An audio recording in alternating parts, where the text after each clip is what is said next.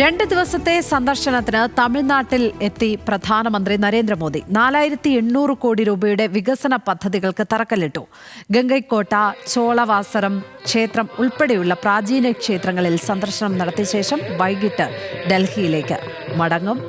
അനേന സതീഷാണ് വിവരങ്ങളുമായി ചേരുന്നത് ഇപ്പോൾ നാഷണൽ ഡെസ്കിൽ നിന്ന്. അനേന, 2 ദിവസത്തെ പരിപാടിയാണ് നരേന്ദ്രമോദിക്ക് ഉണ്ടായിരുന്നത്. എന്തൊക്കെ വികസന പദ്ധതികളാണ് അവിടെ തുടക്കമായിരിക്കുന്നത്? എന്തൊക്കെയായിരുന്നു ഈ 2 ദിവസത്തെ കാര്യപരിപാടികൾ? ലക്ഷ്മി, ഇന്നലെയാണ് പ്രധാനമന്ത്രി നരേന്ദ്രമോദി മാലിദ്വീപിൽ സന്ദർശനം അവസാനിപ്പിച്ച് തമിഴ്നാട്ടിലെത്തിയത്. ഇന്നലെ തൂത്തുക്കുടി വിമാനത്താവളത്തിലെത്തിയ പ്രധാനമന്ത്രി നരേന്ദ്രമോദിയെ തമിഴ്നാട് ഗവർണർ RN രവിയാണ് സ്വീകരിച്ചത്. ഈ തമിഴ്നാട്ടിലേക്കുള്ളൊരു യാത്രയുടെ ലക്ഷ്യമെന്ന് പറഞ്ഞാൽ നിരവധി പദ്ധതികൾ ഉദ്ഘാടനം ചെയ്യുക, അതുപോലെ തന്നെ മറ്റ് പുരാതന ക്ഷേത്രങ്ങളിലടക്കം സന്ദർശനം നടത്തുക എന്നതുകൂടിയാണ്. ഇതുവരെ 4800 കോടി രൂപയുടെ പദ്ധതികൾക്ക്, വികസന പദ്ധതികൾക്ക് തറക്കല്ലിടുകയും അതുപോലെ തന്നെ വിവിധ പദ്ധതികൾ ഉദ്ഘാടനം ചെയ്യുകയും ചെയ്തു. ഇന്നിപ്പോൾ അദ്ദേഹം ഗംഗൈക്കോട്ടയിലെ ചോളവാസരപുരം ക്ഷേത്രം ഉൾപ്പെടെയുള്ള പ്രാചീന ക്ഷേത്രങ്ങളിൽ സന്ദർശനം നടത്തിക്കൊണ്ടിരിക്കുകയാണ്.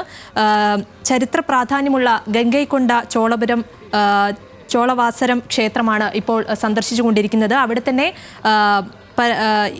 അവിടെ നടക്കുന്ന ആടി തിരുവാതിര മഹോത്സവത്തിൻ്റെ സമാപന ചടങ്ങിൽ കൂടി അദ്ദേഹം മുഖ്യ അതിഥിയായി പങ്കെടുക്കുന്നതായിരിക്കും. ചക്രവർത്തിയുടെ ചിത്രം ആലേഖനം ചെയ്തിട്ടുള്ള ഒരു നാണയം കൂടി അദ്ദേഹം ഇപ്പോൾ പുറത്തിറക്കിയിട്ടുണ്ട്. ഇതുകൂടാതെ ഈ ചോളവാസരം ക്ഷേത്രം എന്ന് പറയുന്നത് ഈ വളരെ ചരിത്ര പ്രാധാന്യമുള്ളൊരു ക്ഷേത്രം കൂടിയാണ്. ഇതിന് തൊട്ടടുത്തായി തന്നെ മ്യൂസിയവും സ്ഥിതി ചെയ്യുന്നുണ്ട്.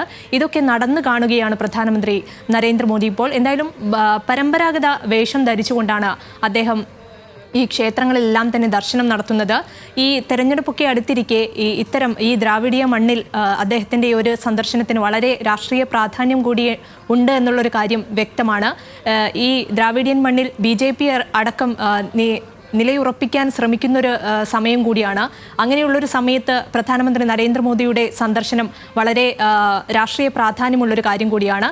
എന്തായാലും ഈ ക്ഷേത്രങ്ങളിലെല്ലാം സന്ദർശനം നടത്തിയ ശേഷം ഇന്ന് വൈകിട്ട് ഡൽഹിയിലേക്ക് മടങ്ങും എന്നാണ് അറിയാൻ സാധിക്കുന്നത്. ലക്ഷ്മി.